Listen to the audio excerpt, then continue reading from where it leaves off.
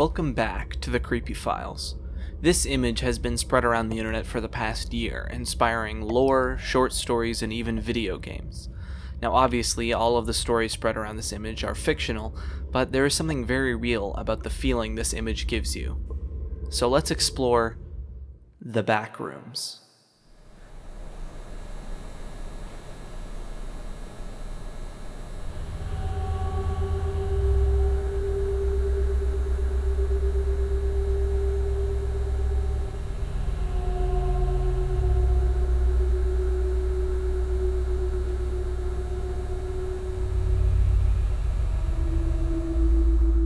The Backrooms image is not unique in its presentation.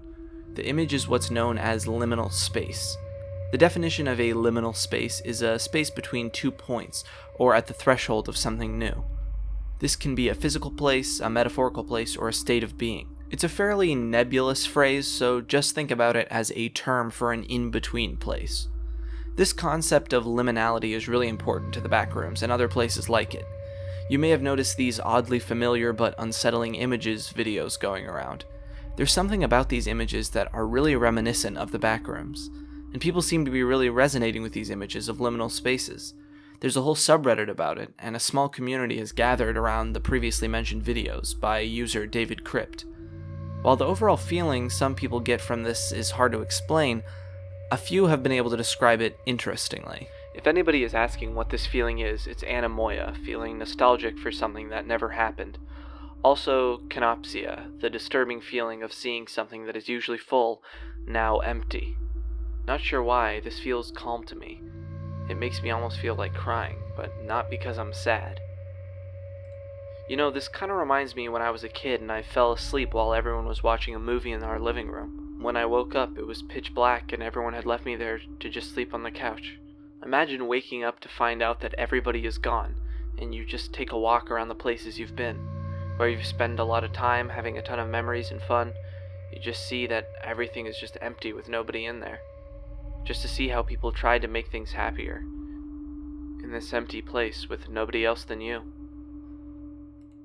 It feels like something important happened in these places, something we'll never know. I even spoke with David Crypt, the creator of these videos, about what he thinks they feel like. Probably confused and uneasy. That's how I felt. Made me kind of stressed, but calmed me afterwards. All of these comments that I honestly find oddly poetic are trying to describe the feeling of liminality, of liminal space. So why do liminal spaces make us feel this way? To understand this, we need to talk about how liminal spaces are truly attached to us as people. As I mentioned, liminal spaces are transitions, thresholds. This means mourning is a liminal state. If a loved one died and you've mourned them, that is a liminal state. In between loss and accepting the loss. This is obviously a very sad memory. But falling in love is also a liminal state. The place between being without love and knowing this is the person you love. This is a very happy feeling. That's why liminality is so conflicting. While talking with David Crypt over DMs, he said some people had said they even cried while watching his oddly familiar videos. It gives us this melancholy, nostalgic feeling. Not quite happy, not quite sad, but a powerful emotion nonetheless. Another important way these liminal spaces are connected to us is the vague, familiar design of most liminal spaces, at least the physical ones. Lobbies, hallways, airports, gas stations. The nostalgia we experience doesn't come from specific experiences. These photos aren't representing that trip to Disney World or the time you first rode a bike. It's capturing the spots you don't think about often, the liminal spaces. This airport bag checking area may bring about these feelings, but it's not that you've been to this airport. It dredges up the energy, the feeling of waiting for your bags after a trip or waiting for someone to fly in. The areas around our memories. Images of hotel hallways don't remind us of, you watching TV with your family on vacation or the day you had after waking up. It reminds you of walking to and from that hotel room. It's the mundane in-betweens that we don't think about, but are inextricably connected to all of our memories. Many of these places also seem to connect to our childhoods. This carpet looks like a laser tag place, or this staircase of a childhood home.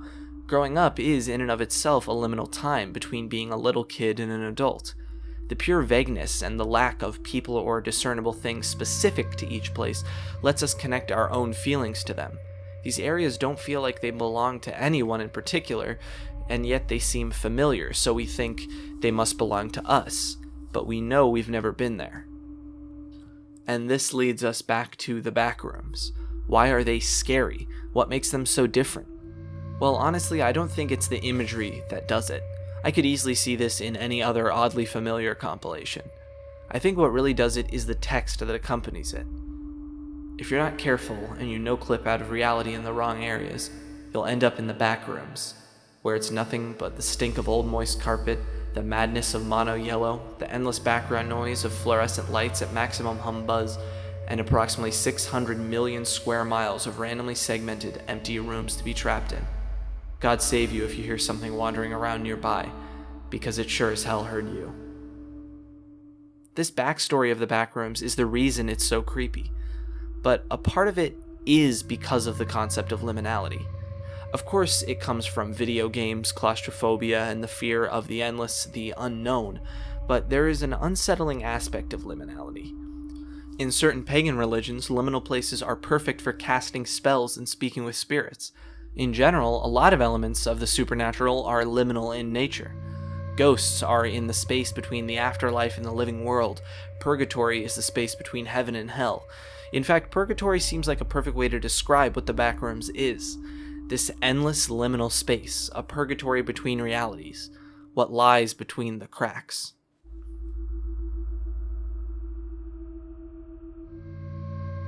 Moving on from liminal space, let's talk about the question everyone is asking.